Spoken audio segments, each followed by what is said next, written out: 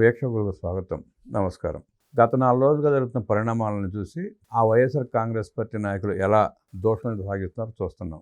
దాని మీద చంద్రబాబు నాయుడు గారు స్పందిస్తూ అభివృద్ధి చెందుతున్న వేళ వైఎస్ఆర్ కాంగ్రెస్ పార్టీ ట్రాప్లో పడవద్దని, ఎవరో తొందరపడొద్దంటూ ఆయన చేసిన వ్యాఖ్యల మీద విశ్లేషణ చేయడానికి మనతో పాటు ఉన్నారు ప్రముఖ ఆర్థిక, రాజకీయ, సామాజిక విశ్లేషకులు అడ్స్మిల్ శ్రీనివాసరావు. వారిని అడిగి మరిన్ని విశేషాలు తీసుకునే ప్రయత్నం చేద్దాం. సార్ నమస్తే. నమస్కారం.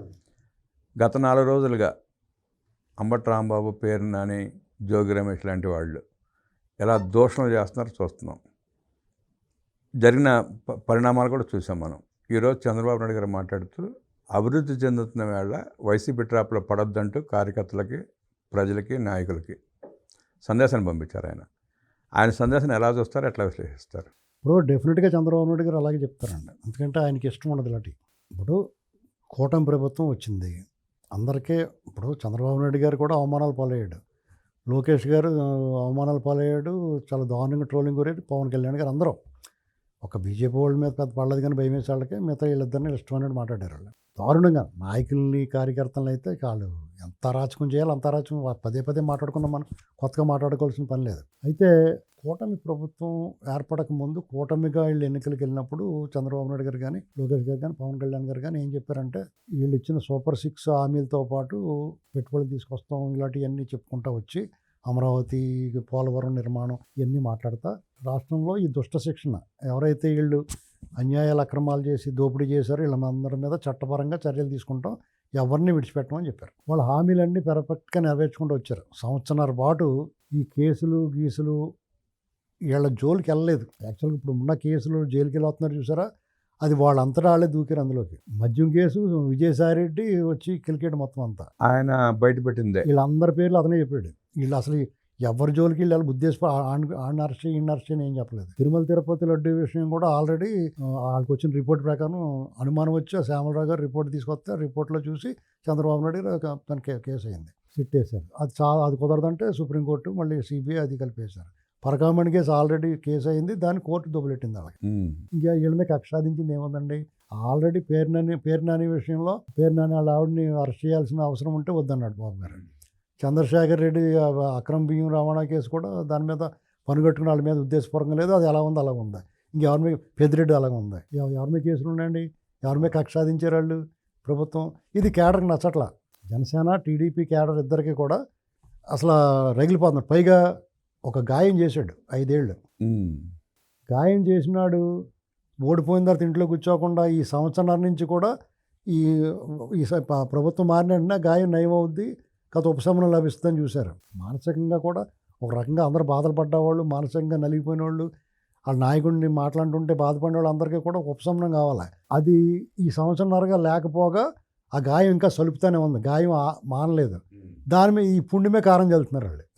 పైగా ఈ సంవత్సరాల నుంచి వాళ్ళు తిట్టిన వాళ్ళు తిట్టినట్టు ఉంటున్నారు, రకరకాలుగా బెదిరిస్తున్నారు. మీ సంగతి చూస్తాం మళ్ళీ వస్తా అన్నారు, తల నరికేస్తా ఉంటున్నారు. ఈ ఏదైనా సరే ఎడ్డుమంటే తెడ్డమంటున్నారు, చాలా దారుణంగా బిహేవ్.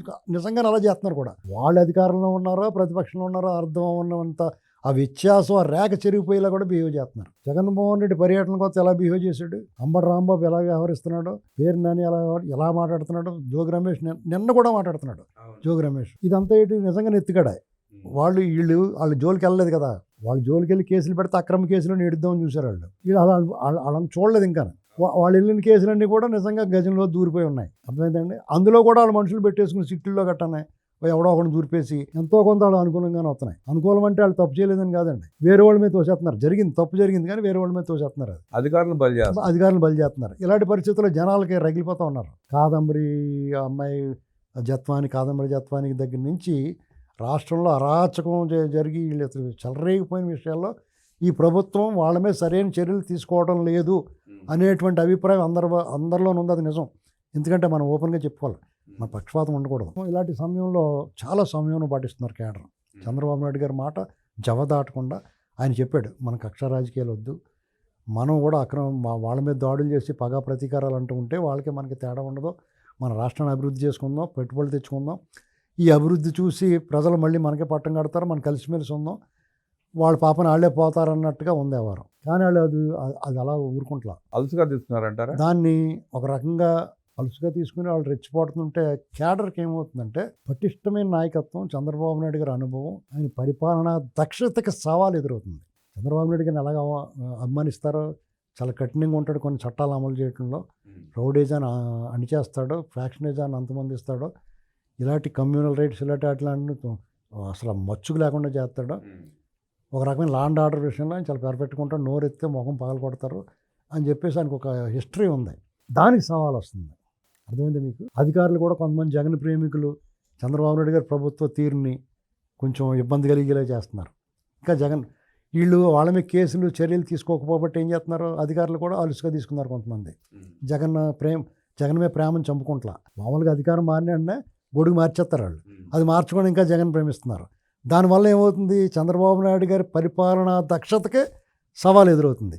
దాన్ని ప్రభుత్వం గుర్తించి వాళ్ళు సరిచేస్తున్నారు, కానీ క్యాడర్ తట్టుకోలేకపోతున్నారు. అంటే ఒక రకంగా గ్రౌండ్లో వాళ్ళు ఎదురుకుండా అంతకుముందు వీళ్ళకి సవాలు విసిరి వీళ్ళని ఇంట్లోంచి ఇదిలో రానివ్వకుండా ఉన్నవాడు వాళ్ళు కాలు ఎగరేసి తిరుగుతున్నాడు. ఇంకో రకంగా చెప్పాలంటే కొంతమంది అయితే ఎమ్మెల్యే పక్కన చేరిపోయి మళ్ళీ వీళ్ళని ఎక్కిరిస్తున్నాడు. ఒకటి ఇంకోటి వీళ్ళు నోటుకొచ్చినట్టు తిడుతున్నాడు. దమ్ముంటే చూసుకుంటారా అంటున్నాడు.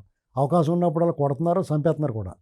ఇవన్నీ రగిలిపోతూ ఉన్నారు. ఇది ఒక్కరోజు జరిగింది కాదు, ఈ సంవత్సరంన్నర నుంచి వాళ్ళు పుణ్యమే కారం చెల్లుతున్నారు, పెరిగిపోతూ వస్తుంది. ఇలాంటి సమయంలో భరించి సహించి ఉన్న సమయంలో వీళ్ళు నోటుకు వచ్చినట్టు మాట్లాడుతారు. ఇటీవల మళ్ళీ చంద్రబాబు నాయుడు గారు విధ్వంసం అయిపోయిన రాష్ట్రాన్ని అభివృద్ధి చేసే పందాలో ఉండి ఇవేం పట్టించుకోవట్లేదు అంటారా? పట్టించుకుంటున్నారండి వీళ్ళు. ఆయన కొంచెం ముందు చూపు ఉన్న వ్యక్తి. వీళ్ళ ఆలోచన ఎలా ఉంటుందో తెలుసు. వాళ్ళు కొట్టించుకోవడానికి చూస్తున్నారు. వాళ్ళు కొట్టించుకోవడానికి చూసి తద్వారా రాష్ట్రంలో అల్లర్లు సృష్టించాలి, లా అండ్ ఆర్డర్ ప్రాబ్లం సృష్టించాలని చూస్తున్నారు. ఆయన ఏం చేస్తాడో వాళ్ళు కోరుకున్న చేయడు కదా ఆయన. అందుకని ఆయన కొంచెం సరే వీళ్ళ సంగతి చూద్దాం ఆపాడు. కానీ మరి క్యాడర్ ప్రజలు ఒప్పుకోరు కదా. అది మీకు ఒక రాజకీయ నాయకుడు, పరిణితి చెందిన రాజకీయ నాయకుడిగా, రాష్ట్ర శ్రేయోభిలాషిగా గొడవలు అయి ఉండకూడదు, ప్రశాంతంగా అభివృద్ధి చెందాలి. వాళ్ళనేముందో వాళ్ళ అధికారం లేదు కదా, అరుచుకుంటారులే అన్నట్టుగా ఆయన ఆలోచించవచ్చు పెద్ద మనిషి తరహాలో. అలాగే పవన్ కళ్యాణ్ గారు కూడా విచిత్రంగా ఆయన కూడా మాట్లాడుతూ, లోకేష్ గారు కూడా వాళ్ళ పనిలో వాళ్ళు ఉంటున్నారు, బిజీ అయిపోయారు. వాళ్ళకి బాధ ఉంటుంది లోపల, కుర్రోళ్ళు కదా, కానీ వాళ్ళు తట్టుకుంటున్నారు. కానీ క్యాడర్ ఎలా తట్టుకుంటారు? ఇక్కడ ఎవరేమనుకున్నా నిన్న అంబటి రాంబాబు విషయంలో క్యాడర్ స్పష్టంగా ఒక సంకేతం పంపారు జగన్మోహన్ రెడ్డికి. ఏంటి, మీరు నోటుకొచ్చినట్టు మాట్లాడితే, రెచ్చిపోయి మాట్లాడితే, నిన్ను అన్నప్పుడు నిన్ను అనకపోయినా అన్నట్టుగా నీకు నువ్వు ఆపాదించుకుని మీరు చేసిన వేరంగం మాకు ఇంకా గుర్తుంది. మీ వాళ్ళు బీపీలు వస్తే మాకు వస్తాయి బీపీలు, మాకు అంతకనే ఎక్కువ వస్తాయి, అయినా సరే అనుకుంటున్నాం మేము. ఇలాగ నోరు విప్పి మాట్లాడితే తోలు తీసేస్తాం, తుక్కు రేగొడతాం అనేటువంటి దాన్ని విజయవంతంగా ఒక మెసేజ్ పంపించారు. అది తప్ప రైట్ పక్కన పెట్టండి, స్పష్టంగా తేల్చి చెప్పారు. అట్ ది సేమ్ టైం ప్రభుత్వానికి కూడా చెప్పారు. ఇద్దరికి ఇచ్చారు మెసేజ్, ప్రతిపక్ష నేతకి, ప్రభుత్వానికి, ఆ పార్టీకి ఈ పార్టీకి కూడా. ఏంటి, వాళ్ళు ఏం చేసినా మీరు ఉదాసీనంగా ఊరుకుంటే మీరు ఊరుకున్నా మేము ఊరుకోము అని చెప్పారు. కాబట్టి మీరు చట్ట ప్రకారం వెళ్తున్నారు కదా, చట్ట ప్రకారం అర్జెంట్కి వెళ్ళండి. చట్ట ప్రకారం కూడా వెళ్తున్నట్టు కనపడతలేదు, కనపడాలి. మీరు చేస్తున్నారు, చేయలేదంటలా. మీరు ఇచ్చిన హామీలు సూపర్ 6 సూపర్గా సక్సెస్ అయింది. అభివృద్ధి బ్రహ్మాండం చేస్తున్నారు, పెట్టుబడులు తీసుకొస్తున్నారు, రాష్ట్రం బ్రహ్మాండంగా ఉంది, లా అండ్ ఆర్డర్ హాయిగా ఉంది. ఈ హాయిగా ఉన్నప్పుడు పాయసంలో పలుకురాళ్ళలాగా వీళ్ళు ఈ స్మెల్లో, ఇప్పుడు మీ బ్రహ్మాండం గదిలో బ్రహ్మాండంగా ఉండదు, అంతా మంచి శీతోష్ణ స్థితి, శుభ్రంగా మంచి పంచపక్ష పరిమాణాల్లో పడుకోవడానికి మంచి బెడ్ అంత హ్యాపీగా ఉన్నారు. అందులో పంది పెంట ఎడితే ఎలా ఉంటుంది వాసన, అలా ఉంది వీళ్ళ వ్యవహారం. ఇది అర్జెంటుగా తొలగించాలి, మీరు తొలగించవచ్చు మేము తీసేస్తా ఉన్నారు. అర్థమైందండి. దానికి కొంచెం వక్ర మార్గంలో, ఇది మన ప్రజాస్వామ్యంలో దాన్ని మనం ఎంకరేజ్ చేయకూడదు. ఏంటి, ఇప్పుడు వెళ్ళారండి, అంబటి రాంబాబు విమర్శించాడు, అతను క్షమాపణ చెప్పమని అడిగారు. అతను క్షమాపణ చెప్పే వరకు కూడా మీరు అతన్ని రప్పించాలి, ఆందోళన చేయాలి, అతనికి భయం పెట్టాలి. కానీ కార్లు అవి ధ్వంసం చేయకూడదండి. అలాగే ఇంటి మీదకి దహనాలు కట్టి అది వాళ్ళు చేసేసుకుని మీ మీద తోసేస్తారు.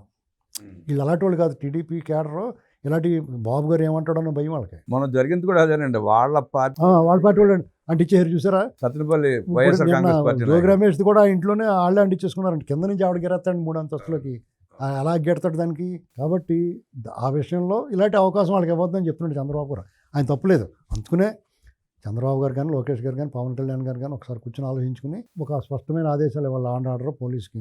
అధికారులను ఏమన్నా లేకపోతే ప్రజలకి మధ్య వైషమ్యాలు సృష్టించడానికి ప్రయత్నం చేసినా సుమోటోగా కేసు పెట్టాలి, నాన్ బెయిలబుల్ కేసు పెట్టాలి, వాళ్ళు లోపలే ఉండాలి, బయట రాకూడదు, వదలకూడదు. నాగర్ బహిష్కరణ, ఇప్పుడు కరుణాకర్ రెడ్డి ఉన్నాడు, వాళ్ళ కేసుల్లో అని చేత పాప పరిహార, నిందా పరిహార యోగాలు ఇలాంటివి చేస్తే జనాలు వెక్కిరించినట్టు కదండి, చిరాకు.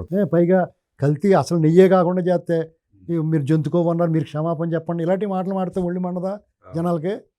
అసలు దొంగలు వాళ్ళు. ఆ దొంగలు పైగా ఆ సిట్టు దర్యాప్తు నిరూపణలుగా సుబ్బారెడ్డి కదా మెయిన్, అతని పేరు లేకుండా వాళ్ళు ఇచ్చారు. ఇలాంటి చూస్తే ఒళ్ళు మండిపోతుంది వీళ్ళకి. ఈ జగన్మోహన్ రెడ్డి మేనేజ్ చేస్తున్నాడేమో అని డౌట్ అవుతుంది వీళ్ళకి.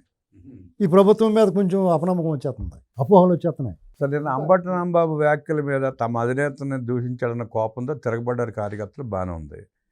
దాంట్లో వాళ్ళ తరపు నుంచి ఎలాంటి తప్పు లేదు కార్యకర్తల వైపు నుంచి చూస్తే. కానీ వైఎస్ఆర్ కాంగ్రెస్ పార్టీ అంబటి రాంబాబుకి కులాన్ని ఆపాదించి ఆయన్ని వంగవీటి రంగా గారితో పోల్స్తాను ఎట్లా చూస్తారు సార్? వాళ్ళు ఏమైనా పోల్చుకుంటారండి, ఎవడు పట్టించుకుంటాడు?